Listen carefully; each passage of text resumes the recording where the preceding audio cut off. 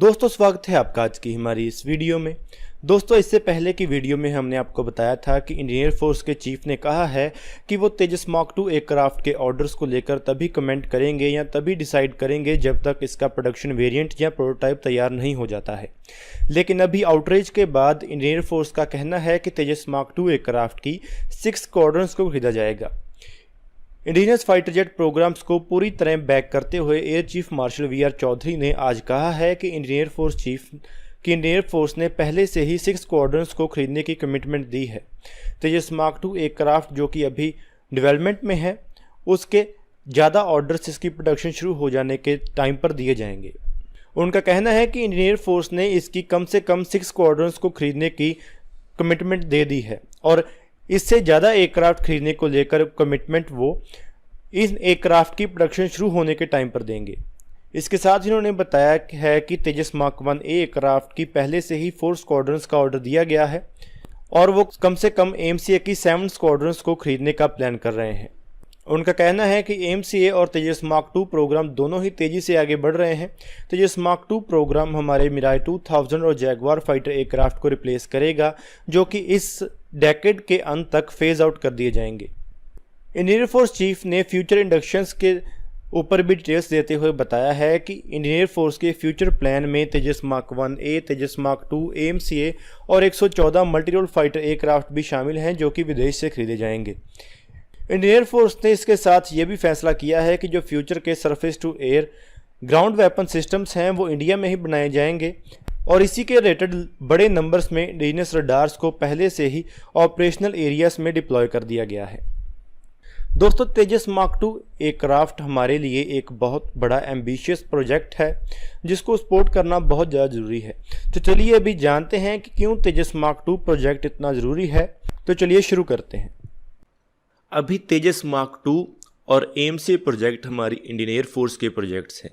इससे पहले ऐसी खबरें आई थी कि इंडियन एयरफोर्स के अंदर ही कुछ ऐसे सेक्शंस हैं जिनमें से एक सेक्शन ये चाहता है कि तेजस मार्क 2 प्रोजेक्ट के ऊपर ज़्यादा फोकस किया जाए और एक सेक्शन चाहता है कि तेजस मार्क 2 प्रोजेक्ट को छोड़कर एमसीए प्रोजेक्ट के ऊपर ज़्यादा फोकस किया जाए।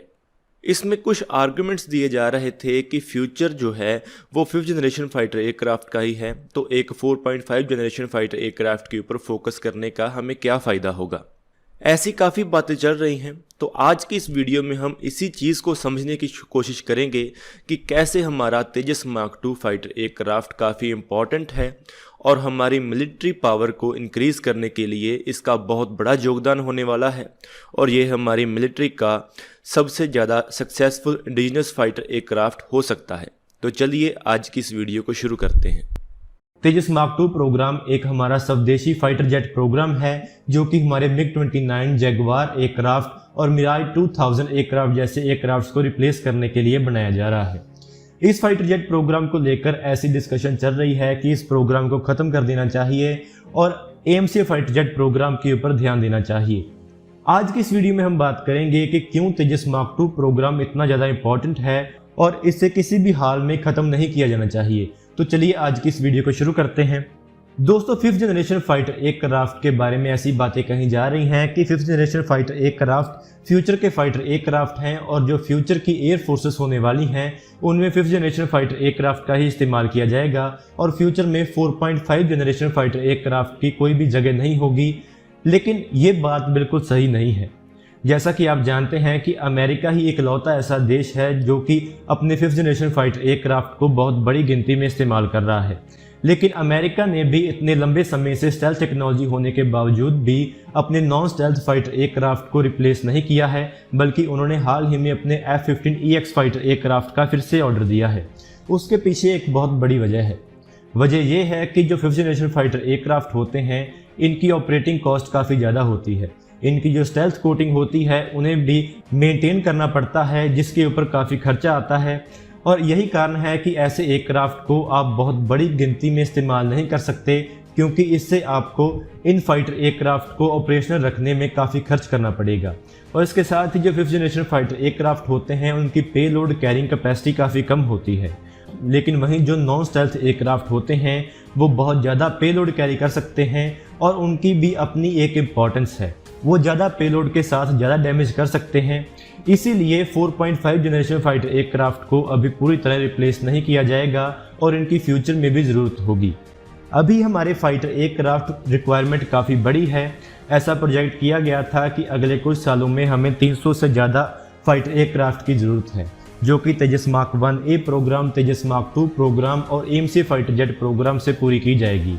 क्योंकि ऑर्का फाइटर जेट को अभी हमारी एयरफोर्स कंसीडर नहीं कर रही है, तो उसके बारे में ऐसा कहना सही नहीं होगा कि हमारी एयरफोर्स ऑर्का फाइटर जेट को खरीदेगी। तो इसीलिए हमारे मिराज एयरक्राफ्ट और जगुआर एयरक्राफ्ट और MiG-29 यूपीजी फाइटर एयरक्राफ्ट जैसे एयरक्राफ्ट को रिप्लेस करने के लिए हमें तेजस मार्क 2 एयरक्राफ्ट की सख्त ज़रूरत है। इसके साथ ही इससे पहले एक वीडियो में मैंने बात की थी कि कैसे हमारा तेजस मार्क 2 एयरक्राफ्ट हमारे देश के लिए एक J-10 मूवमेंट होने वाला है। जैसा कि आप जानते हैं कि चाइना ने अपने J-10 फाइटर एयरक्राफ्ट को बहुत बड़ी गिनती में इंडक्ट किया हुआ है और J-10 ही उनका सही मायने में एक पहला इंडिजिनस फाइटर एयरक्राफ्ट प्रोग्राम था। उस फाइटर एयरक्राफ्ट प्रोग्राम की सक्सेस के बाद ही वो अपने दूसरे एयरक्राफ्ट को डेवलप कर पाए हैं। J-10 फाइटर एयरक्राफ्ट की डेवलपमेंट के बाद ही वो G-20 फाइटर एयरक्राफ्ट जैसे एयरक्राफ्ट को डेवलप कर पाए हैं, जिससे ऐसा पता चलता है कि कैसे उन्होंने एक नॉन स्टेल्थ एयरक्राफ्ट को डेवलप करने के बाद ही और अपनी एविएशन कैपेबिलिटी को डेवलप करने के बाद ही 5th जनरेशन फाइटर एयरक्राफ्ट की तरफ मूव ऑन किया। ऐसे ही मूवमेंट हमारे लिए तेजस मार्क 2 प्रोग्राम होने वाला है। तेजस मार्क 2 प्रोग्राम की डेवलपमेंट में हमें इतना एक्सपीरियंस मिल जाएगा कि हम बहुत ज़्यादा एडवांस टेक्नोलॉजीज को एएमसी प्रोग्राम के लिए डेवलप कर सकें और इसमें इस्तेमाल कर सकें। जैसा कि आप जानते हैं कि किसी भी काम को करने के लिए हमें स्टेप बाय स्टेप चलना पड़ता है। ऐसा तो नहीं है कि आप अभी से एक फाइटर एयरक्राफ्ट को डेवलप करने का फैसला ले लें और सीधा 5th जनरेशन फाइटर एयरक्राफ्ट की तरफ मूव ऑन कर जाएं। अगर आप यहाँ पर जापान की एग्जांपल दें कि उन्होंने अपना 5th generation fighter aircraft develop कर लिया है, तो यहाँ पर आपको बता दें कि उन्होंने इससे पहले भी 4.5 जनरेशन फाइटर एयरक्राफ्ट के ऊपर काम किया हुआ है। ये उनका एक पहला प्रोजेक्ट नहीं था और ऐसे ही हमारे देश के लिए भी एक सही कोर्स ऑफ एक्शन यही है कि पहले 4.5 जनरेशन फाइटर एयरक्राफ्ट डेवलप किया जाए और उसके बाद ही 5th जनरेशन फाइटर एयरक्राफ्ट की तरफ मूव ऑन किया जाए, क्योंकि एक 4.5 जनरेशन फाइटर एयरक्राफ्ट की डेवलपमेंट से हमें रिक्वायर्ड एक्सपीरियंस मिल जाएगा। इसके साथ ही जैसा कि हम पहले बात कर चुके हैं कि हमारे 2030 तक पहले से मौजूद 4th जनरेशन फाइटर एयरक्राफ्ट को रिप्लेस करना शुरू कर दिया जाएगा और उनको रिप्लेस करने के लिए हमें एक इंडिजिनस फाइटर एयरक्राफ्ट की ज़रूरत है। अभी ऐसा तो नहीं है कि आप राफेल एयरक्राफ्ट को बड़ी गिनती में खरीद कर अपने पुराने एयरक्राफ्ट को रिप्लेस कर दें। वो इसलिए सही नहीं है क्योंकि अगर हम इतनी बड़ी गिनती में राफेल एयरक्राफ्ट खरीदेंगे तो हमारे लिए वो काफ़ी महंगा पड़ेगा और हम अगले बहुत सालों के लिए एक विदेशी एयरक्राफ्ट मैन्युफैक्चरर के ऊपर डिपेंडेंट हो जाएंगे। और इसीलिए हमारे लिए ये बेहद ज़रूरी है कि हमारा खुद का तेजस मार्क 2 प्रोग्राम सक्सेसफुल हो जाए और एक सिंगल इंजन फाइटर एयरक्राफ्ट और इतनी ज़्यादा कैपेबिलिटी वाला फाइटर एयरक्राफ्ट हमारे पास अवेलेबल हो कि जिसकी मदद से हम अपने पुराने एयरक्राफ्ट को रिप्लेस कर सकें। इसके साथ ही जो टेक्नोलॉजीज एएमसी फाइटर एयरक्राफ्ट में इस्तेमाल की जाएंगी, वही टेक्नोलॉजीज इससे पहले तेजस मार्क 2 एयरक्राफ्ट में भी इस्तेमाल की जाएंगी। जैसा कि हमने आपको पहले भी बताया था कि तेजस मार्क 2 प्रोग्राम में चाहे कि वो 4.5 जनरेशन फाइटर एयरक्राफ्ट होने वाला है क्योंकि वो एक नॉन स्टेल्थ एयरक्राफ्ट है, लेकिन जो उसके एवियोनिक्स हैं वो 5th जनरेशन होने वाले हैं। हमारे जो एएमसी फाइटर एयरक्राफ्ट में एवियोनिक्स का इस्तेमाल किया जाएगा, उनमें से बहुत सारे एवियोनिक्स उससे पहले तेजस मार्क 2 वेरिएंट में लगाए जाएंगे। तेजस मार्क 2 वेरिएंट में हमारा स्वदेशी infrared search and track system भी लगाया जाएगा और हमारा स्वदेशी उत्तम रडार भी लगाया जाएगा और हमारा स्वदेशी मायावी इलेक्ट्रॉनिक वारफेयर स्वीट भी लगाया जाएगा, जो कि बहुत ज़्यादा क्रिटिकल टेक्नोलॉजीज हैं। और इसके साथ ही जब तक तेजस मार्क 2 प्रोग्राम पूरी तरह मैच्योर होगा, तब तक हमारी मिटियोर मिसाइल के साथ comparable beyond visual range air to air missile Astra mark 2 missile भी तैयार हो चुकी होगी, जो कि हमारे लिए एक बहुत बड़ी कैपेबिलिटी होगी। और जब तक एएमसी फाइटर जेट डेवलप होगा, तब तक इन सभी टेक्नोलॉजीज में जो कमियां हैं वो दूर कर ली जाएंगी और वो इतनी मैच्योर हो चुकी होंगी कि एम से फाइटर एयरक्राफ्ट को एक ट्रू सेंस में 5th जनरेशन फाइटर एयरक्राफ्ट बनाया जा सके। इसके साथ ही तेजस मार्क 2 वेरिएंट में रैम कोटिंग का भी इस्तेमाल किया जाएगा, यानी कि रडार अब्जॉर्बेंट मटेरियल्स का भी इस्तेमाल किया जाएगा, जो कि इससे पहले एम से फाइटर एयरक्राफ्ट के लिए डेवलप किए गए हैं। एम से फाइटर एयरक्राफ्ट के लिए जो टेक्नोलॉजीज डेवलप की गई हैं उनके इस्तेमाल से तेजस मार्क 2 प्रोग्राम का जो रडार क्रॉस सेक्शन है उसे कम किया जाएगा।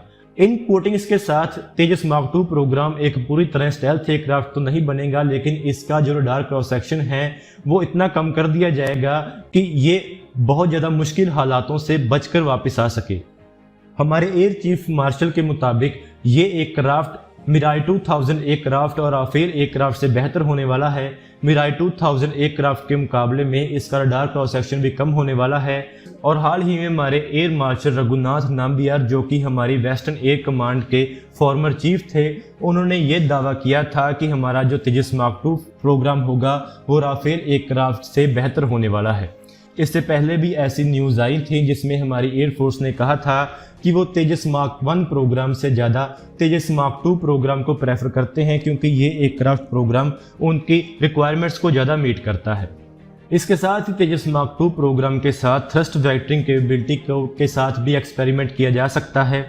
जनरल इलेक्ट्रिक ने जो अपना F414 एनहेंस्ड इंजन हमें ऑफर किया है, उसके साथ उन्होंने ये भी ऑफर किया है कि वो इसके साथ 3D थ्रस्ट वेक्टरिंग के साथ भी एक्सपेरिमेंट कर सकते हैं। अभी तक इसके बारे में कोई भी ऑफिशियल कंफर्मेशन नहीं है, लेकिन ऐसी पॉसिबिलिटी है कि इस टेक्नोलॉजी के साथ एक्सपेरिमेंट किया जा सकता है। हमारे Su-30M के एयरक्राफ्ट में भी थ्रस्ट वेक्टरिंग इंजन का इस्तेमाल किया जाता है और F-22 रैप्टर जैसे एयरक्राफ्ट में भी 2 डायमेंशनल थ्रस्ट वेक्टरिंग का इस्तेमाल किया जाता है। ये एयरक्राफ्ट की मैन्योरेबिलिटी को इंक्रीज करने में बहुत बड़ा रोल निभाती है और ऐसी टेक्नोलॉजी को हम तेजस मार्क 2 प्रोग्राम में टेस्ट कर सकते हैं, जो कि आगे चलकर एमसीए प्रोग्राम में इस्तेमाल की जा सकती है और उसमें हम अपनी ज़रूरत के हिसाब से 2D थ्रस्ट वेक्टरिंग या 3D थ्रस्ट वेक्टरिंग का इस्तेमाल कर सकते हैं। तो दोस्तों, आज की इस वीडियो में इतना ही। अगर आपको ये वीडियो अच्छी लगे तो आप इसको ज़रूर लाइक और शेयर करें। Thanks for watching this video. जय हिंद, वंदे मातरम।